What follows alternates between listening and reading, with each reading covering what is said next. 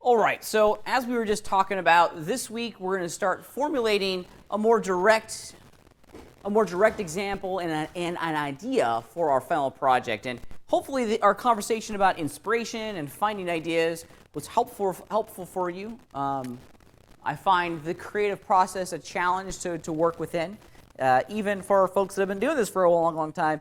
You know, finding ideas and refining them and working to really kind of propel them to something that we think is really amazing is and can be a challenge, right?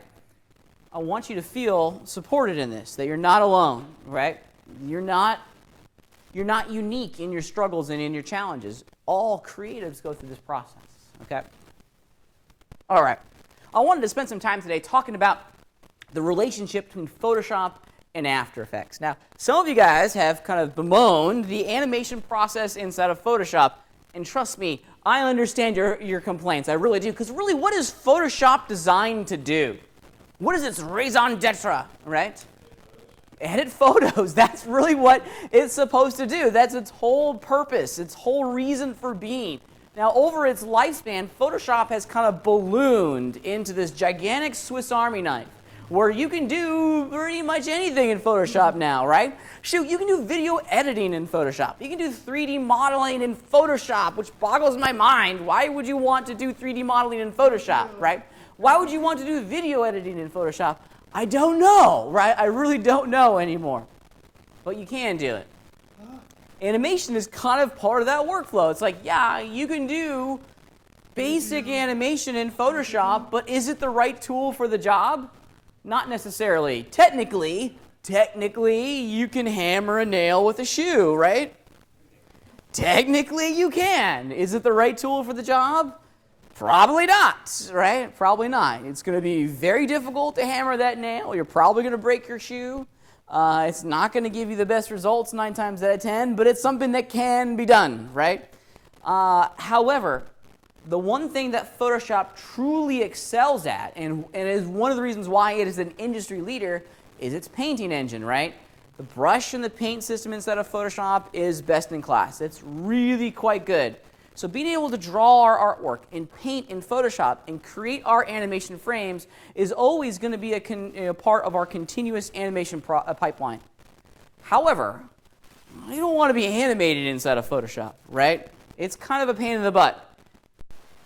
We want, ultimately, to be able to go in and generate our content in Photoshop, but then send it over to After Effects, which is a far superior rendering system and animation system than what Photoshop is.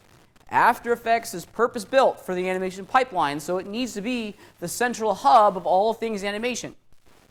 I'm a big believer in After Effects, and I think, let's take this from this direction. If you were a print designer, what is the one application that all print designers are going to know? Photoshop, right? Everyone's going to know Photoshop, right? Photoshop or Illustrator, depending on what type of print work that you do. But Photoshop is kind of the hub of the digital imaging world, right? After Effects is the hub of the animation world. It is our Swiss Army knife. It is that grand tool that we're always going to look to include inside of our animation pipeline. So, I wish she hadn't left, because Brianna was here, and I think she maybe has taken off, or perhaps she's still on a break, because I'm going to use one of her animations as an example today, okay? So here's Brianna's work. She was sitting right next to Miss Hoover a minute ago. She must still be getting a drink of water or something. And she did a really, really great job on her walk cycle, and I think if you take some inspiration from what she crafted, both artistically and creatively, and technically, excuse me, she did just a knockout job. Let's actually check out her animation. So here's her animation. It's a good walk cycle. I like it very much. But let's take a step back and look at how she created her entire structure over here. And she was very disciplined, and I really appreciate how she structured her layers palette. She put each frame of her animation, or the components of each animation frame, in what? Folder. And it's a folder, right? It's good practice. Very disciplined. It takes some energy to do this, but what you're going to find, as you know from your own personal experience, is that this is a very controllable result, right? If we explore the contents of each one of these folders, like let's just take frame 5, for example. Frame 5 consists of these 3 layers that she meticulously hand drew, and she did kind of a very beautiful job in here. Okay, we've got the arm, the body, and the legs. Now, let's see, on this particular animation frame, and you can see a little bit of it in the thumbnail, really she's relying upon this white background to fill in most of the content on the interior of her character's body, right? If you look at the legs and the face, transparent pixels on the interior of that area. I want you to remember that, okay? That she's relying on her background to fill in certain parts of her character, okay? Now, ultimately, what we want to get out of is having to work with this timeline-driven environment here inside of Photoshop, right? Because this is okay. It's okay for a preview. But have you ever noticed that maybe your animations are not actually playing back at the correct frame rate? I have. Okay, it's been a struggle the entire semester, and I've intentionally been kind of holding this back from you guys. When you export from Photoshop, it's not actually exporting at the correct frame rate, right? And when you're playing back in here, it's not actually playing back at 24 frames a second. When you put this to 0 seconds, okay, when you put the duration of each one of these to 0 seconds, that's not 1/24th of a frame rate, right? It's not 1/24th of a second, because there's nothing inside of our animation sequence settings that defines the frame rate, right? Have you ever gone in and defined that, hey, my animation is going to be at 24 frames a second, and then asked the computer to play each frame back at that frame rate? No. The only time we do that is at export, right? When we render our animation frames and create a video, and even then, Photoshop does an outright horrible job at it, right? It's not good. It's good for previewing. We're done with previewing our animations. We want to create proper animations at the proper frame rate, at the proper playback, okay? So now it's time to get this stuff out of a mediocre animation and playback engine into an industry leader in After Effects, okay? However, we don't want to say goodbye to all this work, okay? We did a tremendous amount of work here, or Brianna did.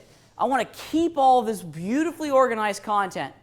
I want to keep the structure. I want to keep the folders, and specifically, I absolutely want to keep every single one of my animation layers, right? All the component pieces. Because what we're going to generate here is a system. This is called round tripping. When we send a master project file over to After Effects, but preserve the editability of that master project file in Photoshop. Any changes that we make to the Photoshop document will cascade and ripple into After Effects, which is exactly what we want. We still want to use Photoshop as our primary kind of image creation application, right? We want to use After Effects to animate stuff, or at the very least, After Effects to render our animations. Okay, so let's look at this relationship.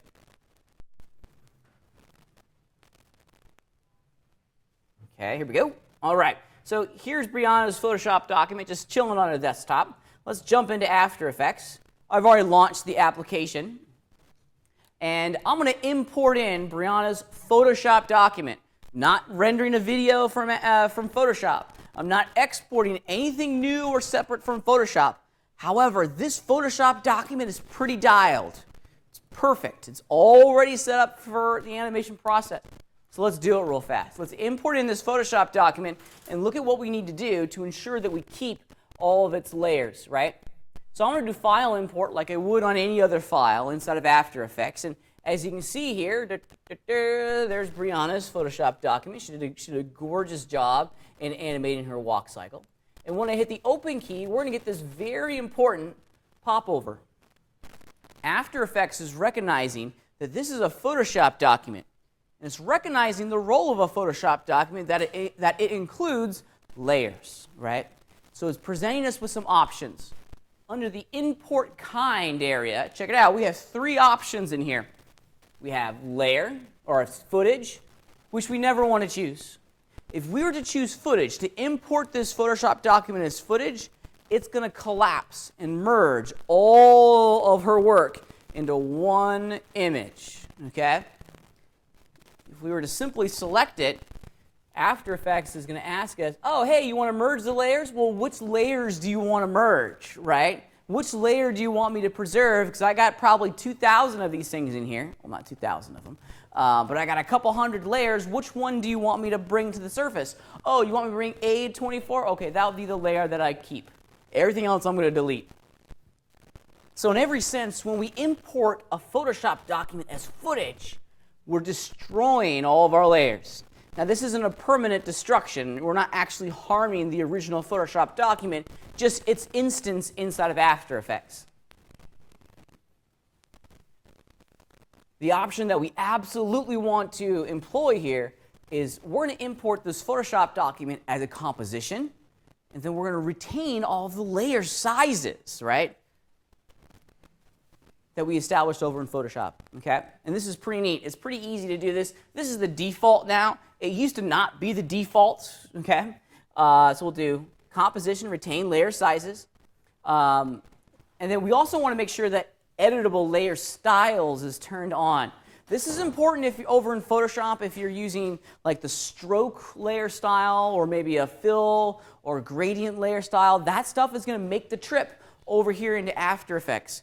One of the big benefits of working inside of the Adobe suite of applications is that a lot of the engines that are used to draw and to generate the effects in one app are the exact same thing or have made the trip over into another. Layer styles is one of those things, right? It's in Photoshop, and that literal exact same engine is found in After Effects as well. All right, let's hit OK. Then After Effects is going to take over. Haha, okay, wonderful. And if we examine the bin, a couple things have happened here. Specifically, we have a new composition, and the name of that composition matches Brianna's original Photoshop document, okay? In addition, After Effects has created a folder. Let's check out the contents of that folder. Check it out. Look at all this stuff. This is every single folder, every single frame that's in Brianna's Photoshop document. This is not a bad thing, but we just need to know that it's putting all the individual layers in this folder. Let's take a look at this composition by double-clicking on it and examine specifically how After Effects has created the file. And there they all are, okay? Each group, okay, each folder in Photoshop has been translated into a composition here inside of After Effects, which is a good thing, right? If I wanted to go in and edit the contents of frame 1, for example, or let's just do frame 24 since it's at the very top. Since Brianna put all of her animation frames in a group, over here in Photoshop, that group has been translated into a composition, and if I double-click on that composition, check it out. There are the 3 actual layers that she created in Photoshop, alive and kicking and ready to rock and roll here in After Effects. These are first-class citizens inside of After Effects. I can make any changes to what I want. I can animate them. I can change their transform information. The only thing that I can't do at this level is go in and paint over them, right? I can't change the content of the layer, but I can animate the entire layer just like any other layer inside of After Effects, okay? If I zoom out and take a look at what specifically she's created there it is. There's the beginning of her animation. Let's close out of this folder and look at the root here, because we have some challenges that we need to overcome. First and foremost, how long is Brianna's composition?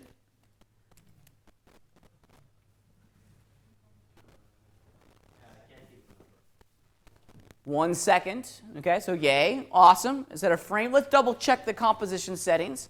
I always like to triple check, make sure everything got interpreted correctly upon import.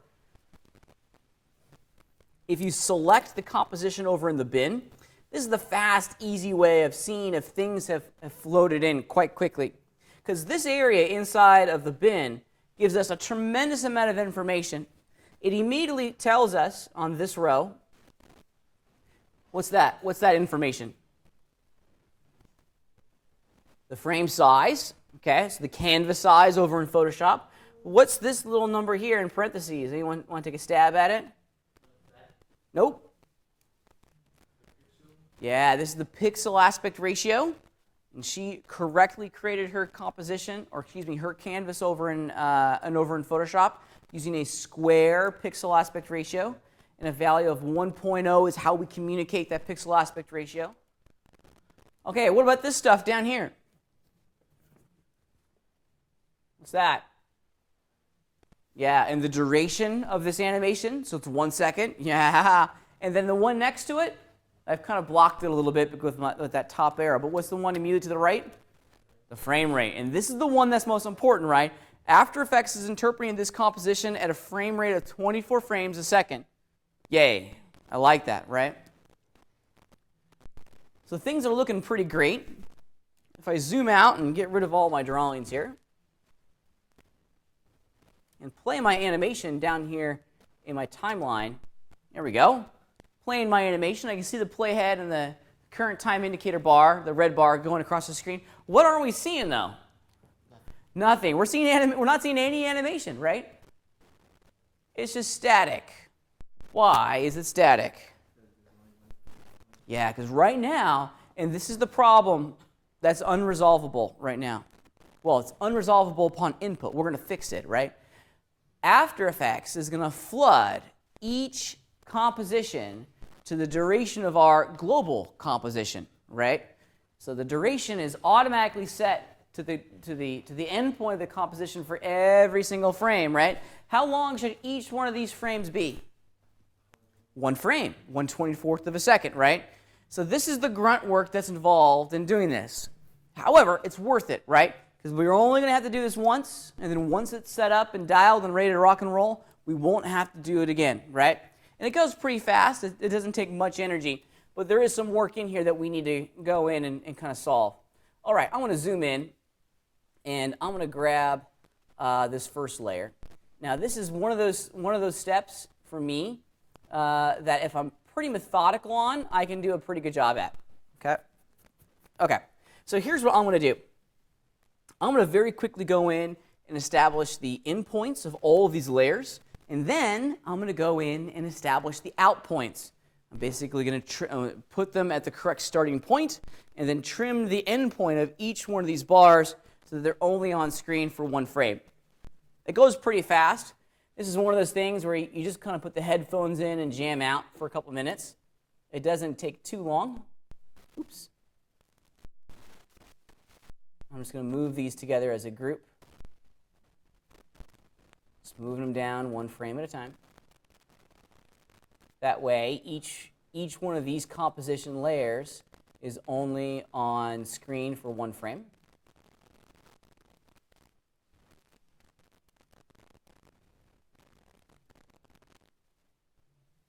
Now, all this is doing is establishing the start point of our animation. We still also need to establish the end point of each one of these animation frames, and we're going to do that next once I get these things moved down correctly. And one more. Boom. Okay. Awesome. All right. So let's play my animation. What? Why am I seeing just a flash there? What?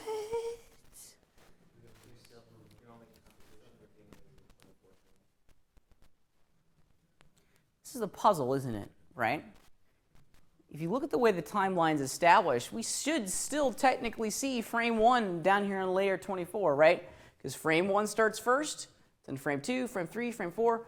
But if I stop my animation here and look at let's just hit the space bar. Why am I, as I scrub through here, why am I only seeing frame 24? I'm viewing every single one right now. I could go into frame 1. There's the content of frame 1, so it's there. There's all of her layers, all 3 of them. Boop, boop, boop. Awesome. If I go into frame 24, there's the content on frame 24, but over here in the master comp, why am I not seeing all of my animation frames?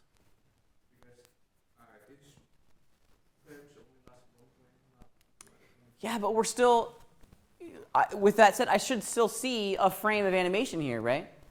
Yeah, I'm not seeing anything on frame 1, even though the timeline is telling me that there's content being played under this frame. Let me show you. This is part of the magic, okay, and part of the connection between Photoshop and After Effects. There's a direct connection between Photoshop and After Effects. when you were animating your frames over in Photoshop, you animated frame 1, right? And then you created another animation frame, and then you turned on frame 2, and what did you do to the visibility of frame 1? Turned it off, right? Well, that visibility was preserved, okay? Check it out. The transparency of all of my layers is set to 0. Because Brianna, when she was animating this, set the transparency of her groups to 0 when she was animating her frames, okay? So, see? It was just on one a second ago. Yeah, opacity 0, opacity 0, opacity 0, okay? She turned off the visibility of each one of these groups. So whatever is showing up in the layers palette and the settings of those groups here in Photoshop makes the jump over into After Effects, okay? This in every sense showcases the direct link between these two programs. What we see and do and create in Photoshop is absolutely going to make the journey over into After Effects. So we got to understand how we set up our project file over in After Effects or over in Photoshop to make sure that it's seen correctly inside of After Effects. Now, luckily for us, the resolution to this problem is really, really, really easy. I've selected all of my composition, which in turn represents every single animation frame or animation group of frames, okay? Does anyone remember the keyboard shortcut that exposes the opacity channel? The T key. T is in transparency. Bloop. Okay. And let me turn it on. There we go. Hit the T key. And you can do this all at the same time, which is kind of nice. And I'm just going to grab, there it is. Hit the T key again to get rid of all that stuff. Yeah. Awesome. And now we're stepping through the right direction. Now, why do we see this ghosting trail? Yeah, because they're all appearing. They never turn off, right? All we established was when they start, but not when each frame is supposed to end, right? We're supposed to see each individual group here for one frame. If we don't, that's the result that we're going to get. So, again, this is when you put your headphones on, and you go in, and you dial this down. I like to zoom in a little bit, as much as I can, so that I'm seeing each individual frame in my ruler marker up here at the top. And then, here's my keyboard shortcut. I need to trim the out point for layer number 1 to match, kind of right here. I could, if I wanted to. Trimming the in and the out points for each layer is easy, but it requires getting access to the end of that little bar there and doing this. At times, that's off screen. Here's my keyboard shortcut, and this is a great one, by the way.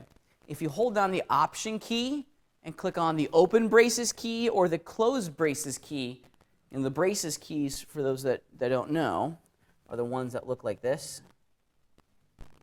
Okay, that's a brace.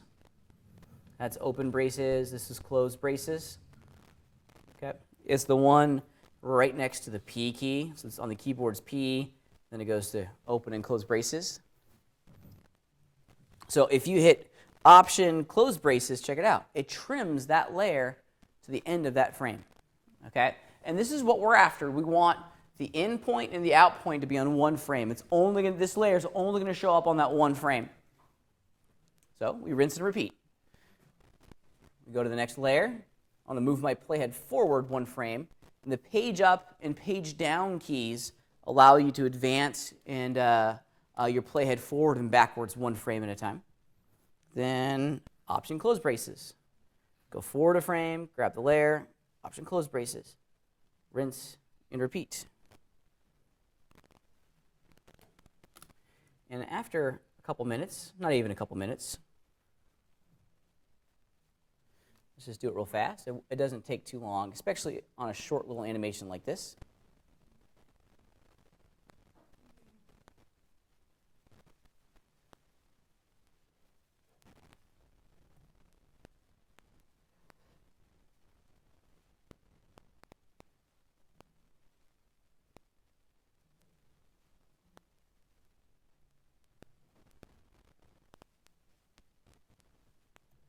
Almost done.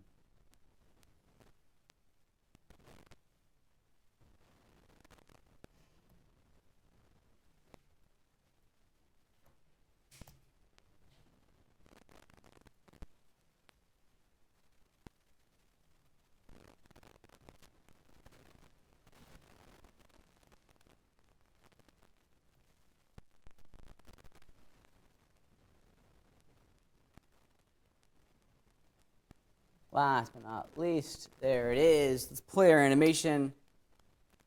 There she blows. Cool, huh?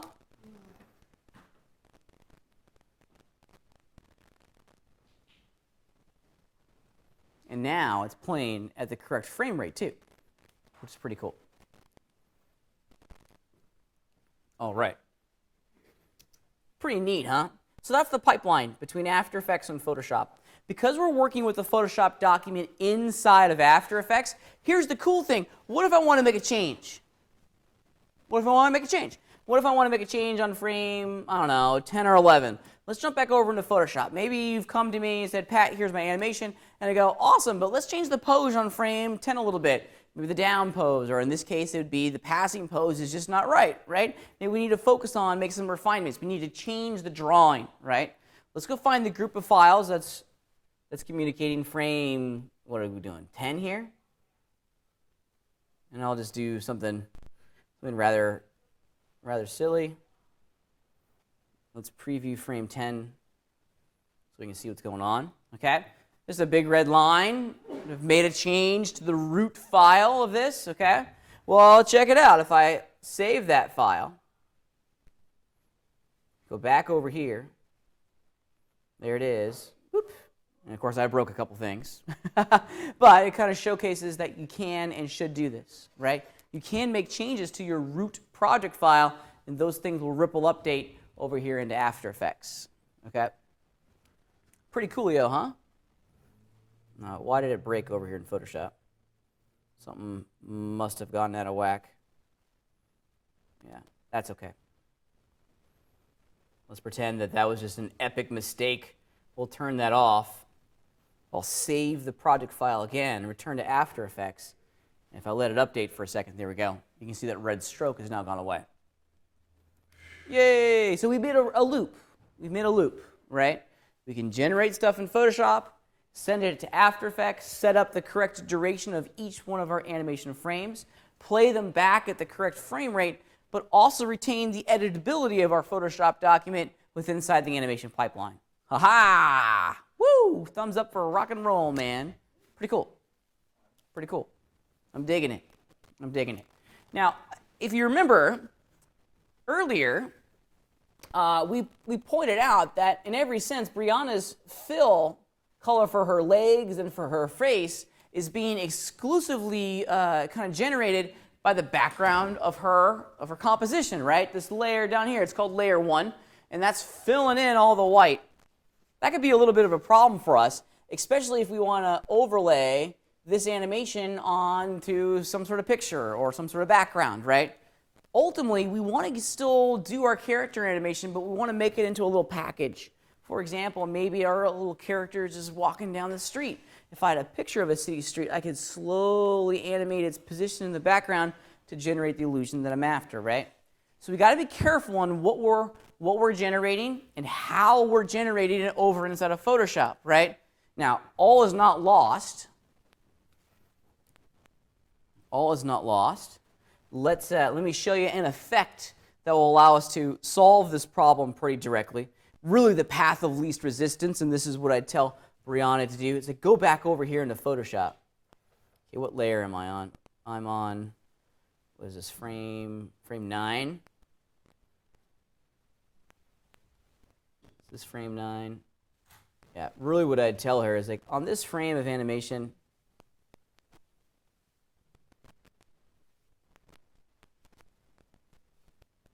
yep, on this frame, there we go. Really what you need in here, Brianna, is you probably should have gone in and just filled in this content real fast, right? Make a new layer. That way you can hide your mistakes and then brush it in real fast with some white pixels. That's really the path of least resistance. And because I have animation going on down here, it's not allowing me to preview this edit very quickly. This kind of, in every sense, speaks to some of the problems of working inside the animation timeline in Photoshop. It makes it very difficult to go through our edit process, right? Because we're fighting that animation state. However, if that's not an option, here's another option. Let's go into that frame. And there's a really cool effect, and let's just find That's her arm. That's her body, so it's the middle one. Check it out. There's a really cool effect inside of After Effects that will help us pretty directly make some changes, okay, and to fill some stuff in. And believe it or not, it's called the paint bucket. If you travel over to your effects and preset browser and simply search for paint bucket, you'll see the result that you just got. Not ain't. Paint bucket, there he goes. And I'm going to left click and drag this is a visualization of the actual effect. I'm going to drag it onto layer 10. And check it out, look what it's doing. Make this a little bit bigger. Let's zoom in. Okay, so this is kind of cool because we can pick the color that we want to fill certain areas into. Now, what got me and what stumped me when I was first learning how to work with the paint bucket is how it was choosing which area to fill in, right? Is that the area that I want to fill in? No, I want to fill in her face. And if you look very, very carefully, and admittedly it's difficult to see, there's a little crosshair right smack dab in the center of our animation. That guy. It's kind of hidden underneath the anchor point, unfortunately, for this effect. Really what you're changing here is the fill point. If I move this to another zone, like her face, you can see that it just fills in that face. Okay?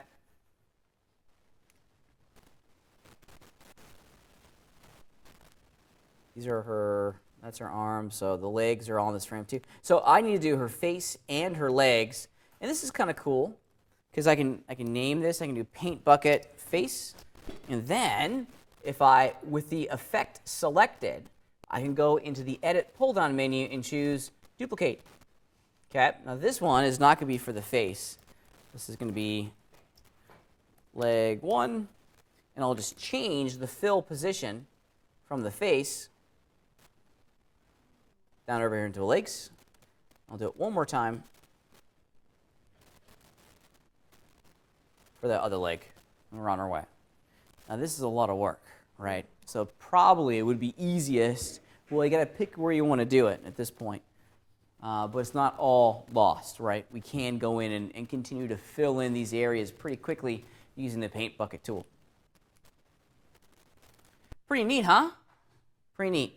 This connection between After Effects and Photoshop is very, very strong. One that I'm happy to see because it gives us a tremendous amount of flexibility and power inside of our animation pipeline.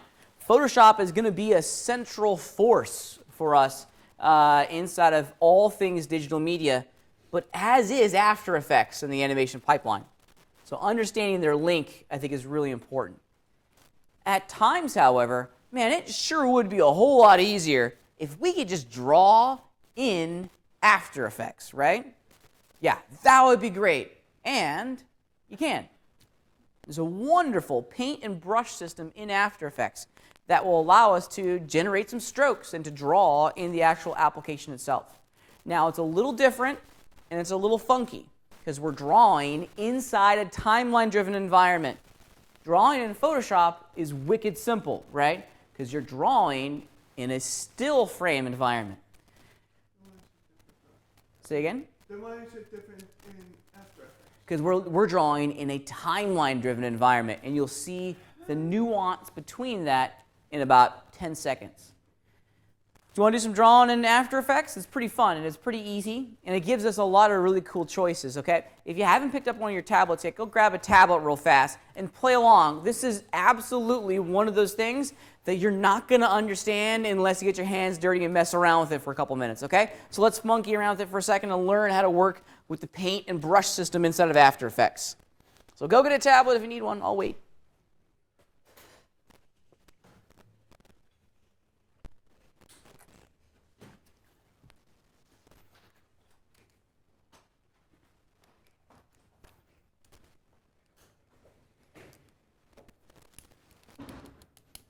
All right. Okay, so here's what we're going to do. I think just for brevity's sake and just to make my life a little bit easier, I'm going to start a new project.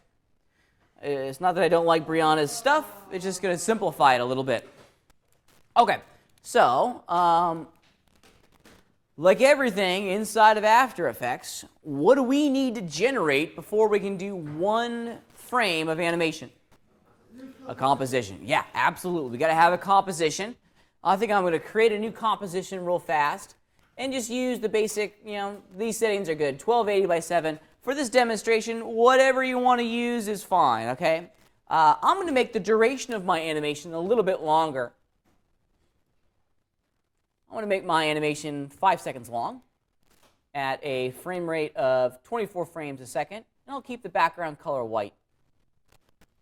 All right, there we go. So there's the composition that I'm going to work in. Now, to paint on something, we need to have a layer that we can paint on. Now, for us, there's a couple ways we can do this, but really the easiest way to paint inside of After Effects is to create what's called a solid layer. A solid layer is a rasterized bitmap layer that's going to flood the entire composition or portions of our composition with colored pixels. Please note that I got my comp selected down here at the bottom. I know it's selected because I got a lovely blue outline around that tab, which is going to send this new layer into this composition. So let's go to the top of the screen, and we'll choose Layer, New, and there it is, Solid. It's the second one from the top. Oops, I apologize. Let's try that again. I was trying to get closer, and I accidentally moused off. All right, Command Y, good one to commit to memory because you're going to be creating solid layers a lot, okay? So let's just give this a name. These are going to be drawings, all the animation frames. And we'll leave it at the composition size, 1280 by 720, even make it a comp size. And I'm going to give it something, a color, something other than white, okay? It ultimately doesn't matter what this color is, and I'll show you why here in a minute. I've made my solid color gray, and then we can see it filling our entire composition inside of our viewer. Okay, now here's the tricky thing, and the part that a lot of folks kind of stumble on, is that in order to paint, we have to be painting on a layer, okay? We're not painting at the composition level, we're painting at the layer level. And let me show you what this looks like. So at the moment, if you look up here inside of my viewer, what specifically am I viewing? The composition, and the name of it's Comp 1. How do I know that? If you look at the tab up there, it says Composition. So we're viewing the total contents of our timeline in the composition viewer.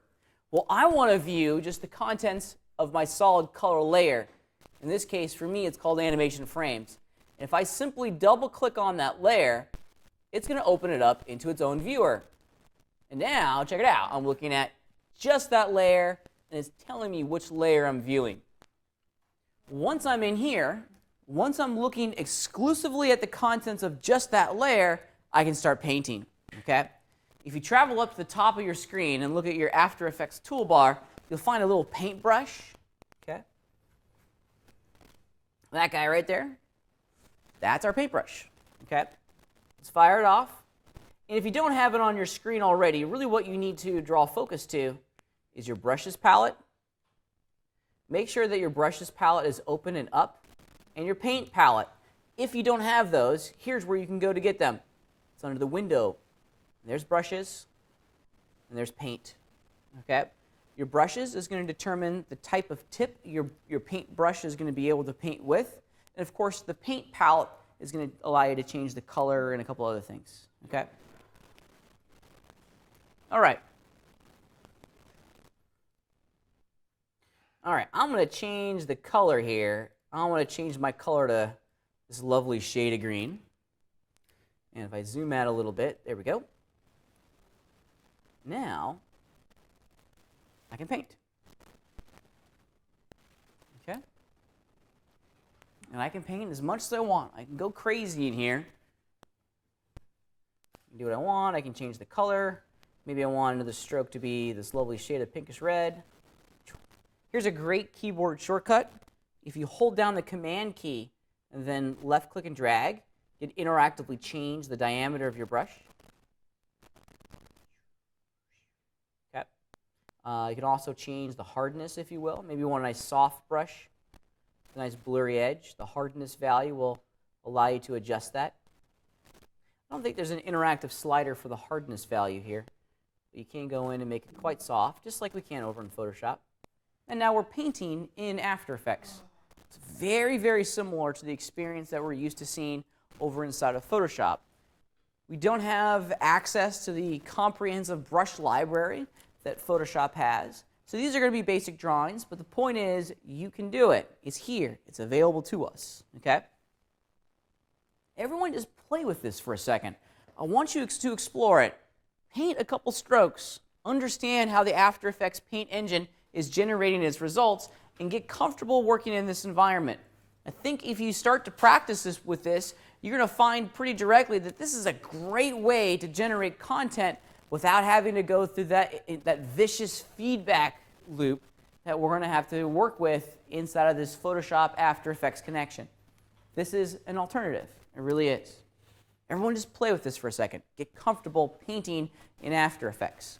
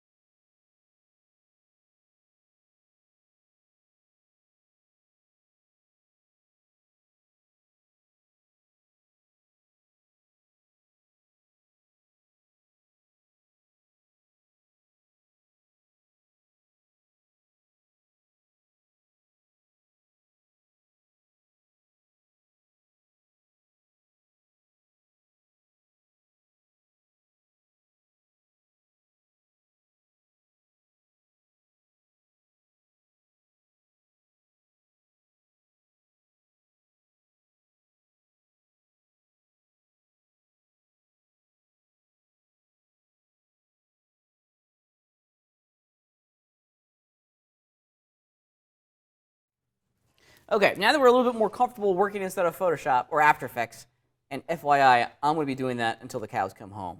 I'm going to be mixing them up all the time. I want to show everyone what Naomi was just making. It's absolutely beautiful.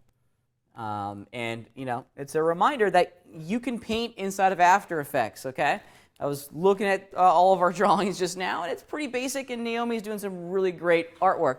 However, let's look at what the After Effects paint engine is actually capturing, okay? Naomi, since you're driving this, would you mind doing me a favor and click on the little triangle next to the red square and open up that? Okay, so before we go any further, when we're painting on a layer in After Effects, technically what we are creating, and I'm going to do this in finger quotes, is an effect, right? Since we're now creating an effect, we've assigned, or the computer has assigned, this effect category to our layer. Would you mind clicking on that? Clicky click. And there it is. There's the paint effect. And there are all of her brushstrokes, okay? After Effects captures every single brushstroke that you put down, and this is not a bad thing. Would you mind just scrolling down some? Let's see. Oh, we only have 10 brushstrokes, which isn't that bad. That's actually pretty good, okay? But she's captured, After Effects has captured every stroke, okay? Thank you, Naomi. That's absolutely wonderful, because Naomi has a lot of brushstrokes, so I wanted to showcase that real fast. Now, if we go back to my screen, mine's kind of a big garbly-gook mess, and I have a lot of brushstrokes too. And what's cool about this is, if you look very carefully, each brushstroke gets assigned its own visibility section. Okay, so I could interactively go in and turn some brushstrokes off, since they're all separated out. Now I'm left with this big S-looking thing. I could also go in and say, hey, I really don't like any of these. I can shift select all of them and hit the backspace key, and poof, they're gone. Okay. Let me just make a simple stroke again. There we go. And now we're recreating my painting. I want to talk about the role of this brush capture that it's done here. If you look very carefully inside of my window here, After Effects has, oops, excuse me, this is left over from from this morning's class. There we go. Okay, cool. If you look very carefully at what After Effects is doing, of course, it's capturing that brush stroke, okay? However, if we go over into our timeline, check it out, what do you think this big red bar is? What is the red bar? It's the duration of that brush stroke, okay? And this is where it gets kind of cool, right? Because we can define how long that one brush stroke is visible inside of our animation, okay? Why do we care? Why is this interesting? Why do we even want to bother with this? Let me show you, because this, in every sense, kind of illustrates the power of the After Effects brush animation system. Okay, check this action out. Maybe I want to delete brush 1, and I'm just going to go in and let's do this. This is a common application of the brush system, not what we're going to be using, but something that is done. Excuse me. What if I go in and I just very quickly sign my name? Okay. And I did a horrible job, so I went off screen on that. Let's try it again. Here, I'll do. Apparently, I can't draw at all today. Make it a little bit smaller. There we go. Ah, there's my name. Okay? And that's something I just drew very quickly. That's actually how I sign my name in a lot of things, because that looks kind of how I sign my name, right? What we now can do is that we can go in and animate each one of those brush strokes individually as if I was writing it on the screen, which is kind of fun. Here's the first one. If you look carefully with brush stroke 1 selected, you can actually see the path, the stroke line that I created. This is a vector drawing app, by the way. So all these images, all these pixels are vector. And if we look at all of that brush stroke's properties, I can even go in and continue to change some of its properties, including the diameter. You can make it bigger or smaller. You can go in and change the hardness of it if I like to make it very crisp or have the edges be extraordinarily blurry. I even get the option here to increase and decrease the spacing if I'd like, which is kind of fun. which will make it more or less dotty. That's kind of entertaining. Okay? So we still have a tremendous amount of control over how our strokes look after we create them. Now, this is an animation package, so it'd be really neat if we can animate these features. And if you look very carefully here, every single channel, almost every single channel here, has a stopwatch next to it. And what do those stopwatch represents? What does that stopwatch represent inside of After Effects?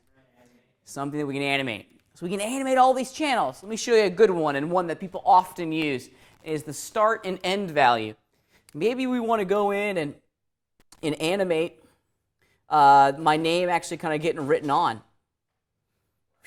It's the end value. So I can go, I'm going to keyframe that. So I'll make each stroke, I don't know, 10 frames long. That's probably a little bit too long. Let's make it 6.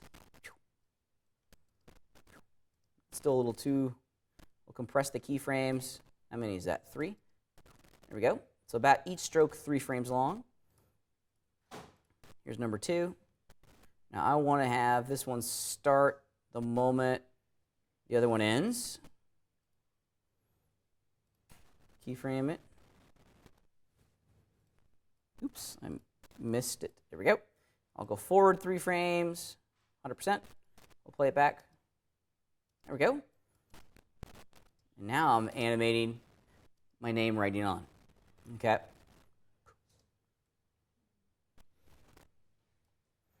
Rinse and repeat. Okay.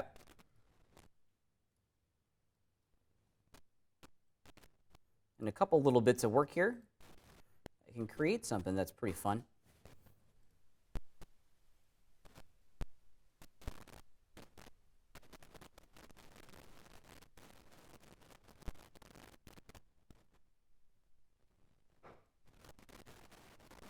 Oops.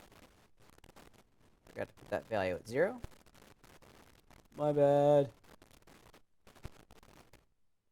And 0%. Go forward 3 frames, right around there, 100%, and I'm done. Cool. Pretty cool, huh? It's one of the great things about the animation system inside of After Effects is that we can animate our brush strokes, okay? Now, what does this mean for us in the character animation world? Because clearly, when we're doing character frames, and we're drawing complete characters with the brush system inside of After Effects, we're not probably going to want to go in and animate a little, my name writing on, although you certainly could do that, okay?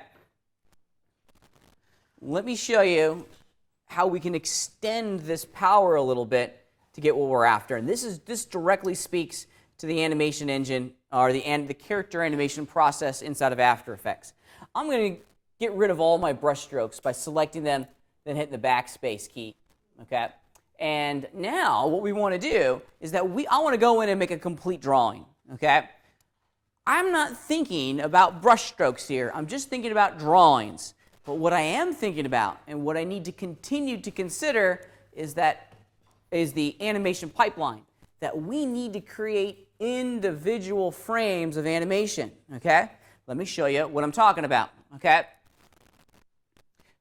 Right now, whenever I draw inside of After Effects, and I could make, a silly little box, and I could even kind of fill in that box if I wanted to, okay? Okay, it's all one stroke, by the way. Fill in that box. There we go. I'm doing a horrible job, but there it is. Okay. There's my little box. If you look at all the strokes that were captured, looks like I captured a whole bunch of strokes, but I don't care. I really don't care about what strokes were captured, but I do care about how long all of those strokes are going to stay on the screen, okay, or inside of my animation. Based off of the duration of each one of those brush strokes, what can you tell me about the duration of each one of those brush strokes? They're on there the entire time, right? And this is After Effects flooding our timeline with all of that stroke information. Well, for us in the character animation pipeline, really what I care the most about is that I care about making sure that the drawings that I'm working on right now represent 1 frame of animation, okay? So we're going to make one small change to this, and this happens. I'm just going to go and hit the undo key a couple times. And this happens over inside of our paint channel, okay, or a paint window. And it's right here. See the duration? When the duration's on constant, it's going to do exactly what we just saw a second ago. It's going to flood the entire timeline for that stroke, okay? Well, I only want to draw on one frame, right? So if I change my duration from constant to frame, or to single frame, here we go.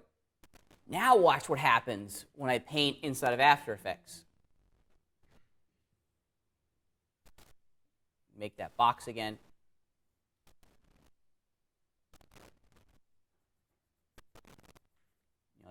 Whatever.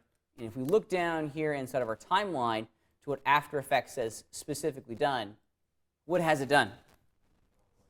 Yeah, all those strokes have been reduced to one frame inside of our timeline. So here's the pipeline. Here's how we can do this if we wanted to, okay? We can make one frame of animation, like I just did. We have two options. This is the first option.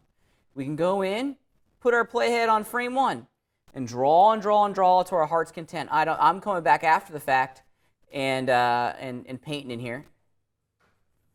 Okay, looking good, looking good. I love it. Awesome, right? Okay, that's frame 1.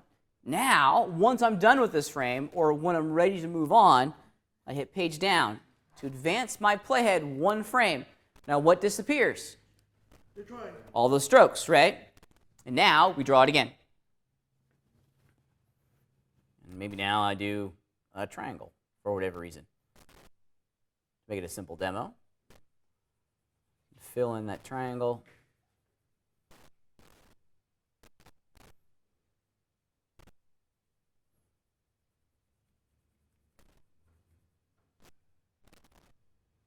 And now just that's going to be on frame 2.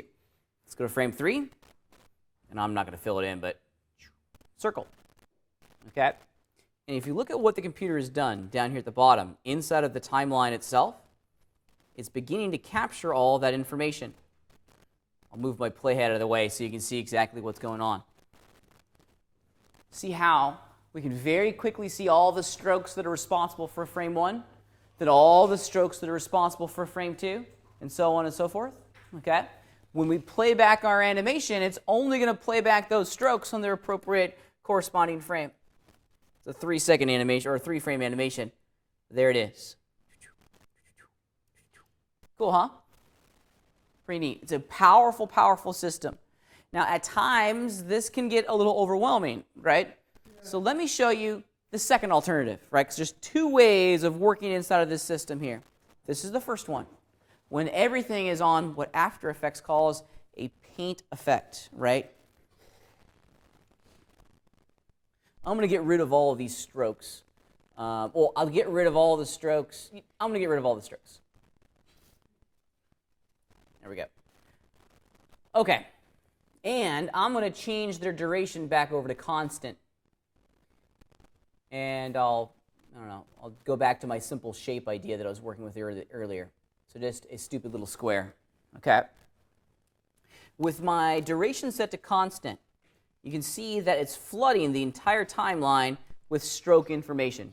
Cool, huh? Now, the alternative to this would be to duplicate either the layer, right? Because we can duplicate this entire solid if we'd like, which is totally fine. So I can go in here, and I can just rename this layer. This is going to be frame 1. And then I can trim that frame for as long as I want. So I can say, hey, if this is only going to show up on one frame of my animation, there it is. I can trim the layer. We're doing layer. Now the layer is responsible for the duration of that drawing instead of the paint effect. Okay?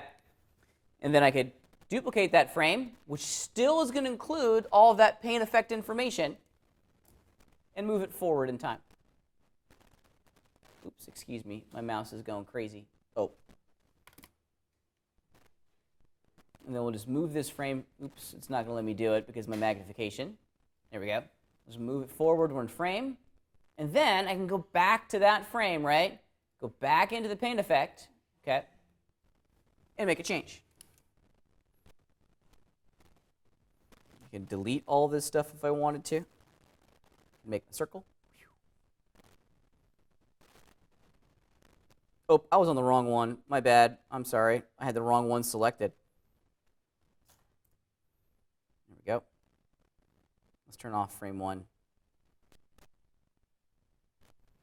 Yeah, I think I accidentally drew that circle on frame 1. Yeah, I did, which is a brush stroke 4. It's a combo of both of them. Awesome job, Pat. That's just my error. Let's just get rid of that. On this guy, on frame 1.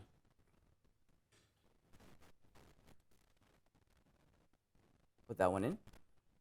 Okay, oh, did it go back to constant? Why is it only doing it for that one frame? So these duration bars are going to be the bane of your existence. And actually, I know exactly why it truncated the duration of that paint stroke to one frame, because that was, in every sense, the duration of that layer. It's just one frame. If I made the duration of that layer 5 frames and did a new stroke, see how that new stroke is going to match the duration of that layer? So you have a couple different ways you can work at this, right? You can either work at the paint effect layer and make all these strokes, or you can work at the layer level. Both are going to give you kind of a similar result. I don't think there's one way that's better than another.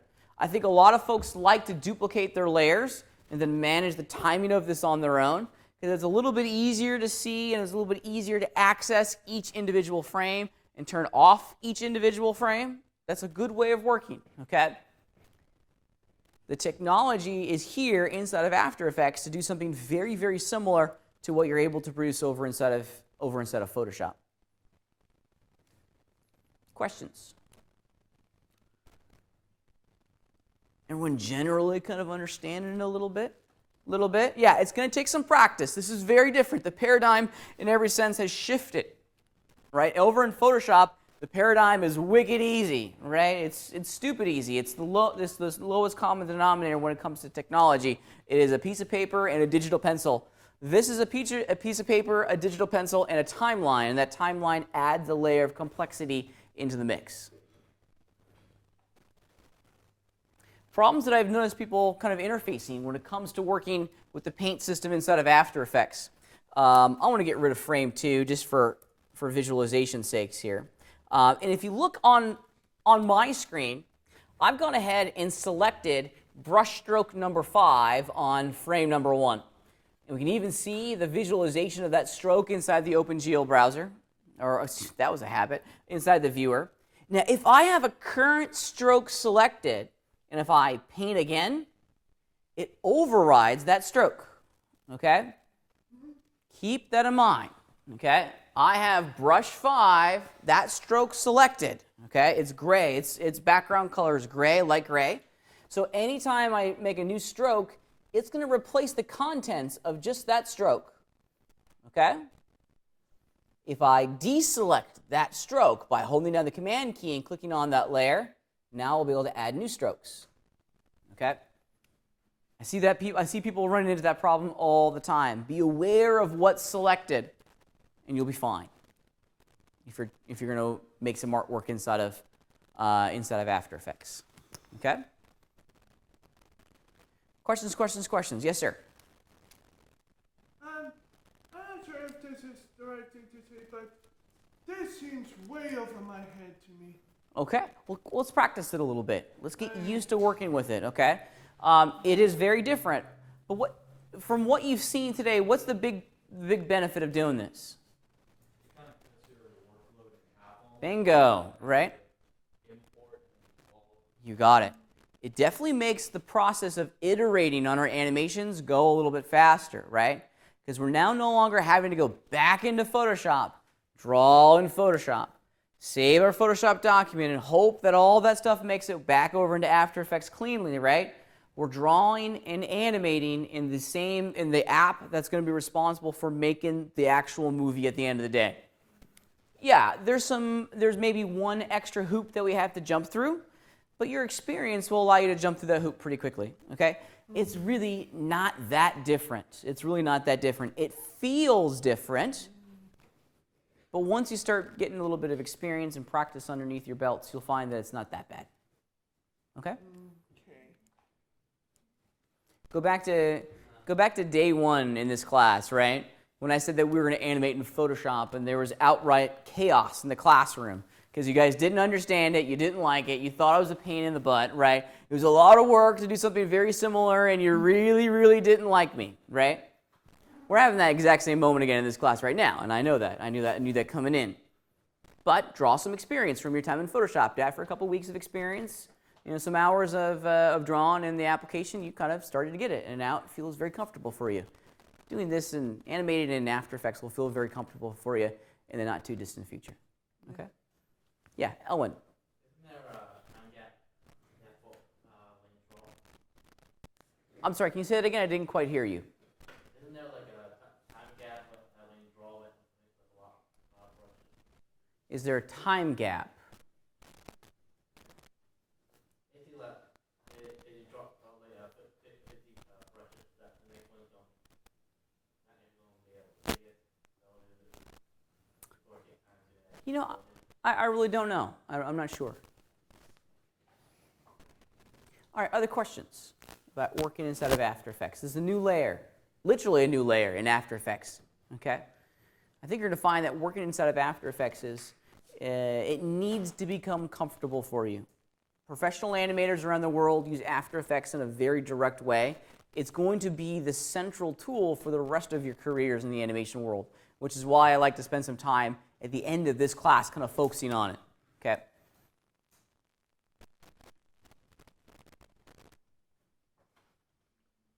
Everyone good? Questions, comments, kind of understand it?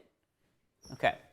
Make sure that you reference the live stream of today to get some help if you want to go back in and get a small refresher on this, to watch me play around with the paint system inside of After Effects. I think the live stream will definitely be of value going forward. I'm going to stop streaming here in about 10 seconds, and upon completion of the stream, it'll go published to my YouTube channel. Make sure you subscribe to my YouTube channel if you haven't already. That way you'll get notified when I start streaming or when a new video has been published to the channel itself. For vanity's sakes only, has anyone actually subscribed to my YouTube channel? Yeah? Do you get notifications? I've been told you get notifications, but I don't. As the author of the channel, I don't actually get to see any of those notifications. It's just kind of my. They send me, so you get an email from me at least 5 times a week. If you have YouTube on your phone, the app, they send you a second message saying the stream has started. Awesome. So you guys get a lot of notifications from me. Awesome. Well, at the very least, you'll know exactly when I start streaming, which is kind of fun. I feel sorry for all, because I have some like 4,100 subscribers to my channel, and so can you turn the okay? Good, you can turn the notifications off. That's good to know, because I would feel really bad for 4,100 people that they're getting spammed with notifications from my channel. Yeah. Do television companies really use After Effects? After Effects is, I'm not joking here. After Effects is used in literally probably every single television show and every single film that's made. It's that. Well, Photoshop is always going to continue to be a central application inside of our workflow, but After Effects is as important, if not more important, than Photoshop in the animation pipeline. Yeah, it's a heavy hitter, isn't it? This After Effects. Yeah, you'll get used to it. Trust me, you'll get used to it. Right? It's old school. It's really old school. It feels a little dated because, fundamentally it hasn't changed in 20 years, okay? But, welcome to the world of professional animation. All right, questions, comments? Everyone good? Kind of understanding it for the most part? Okay.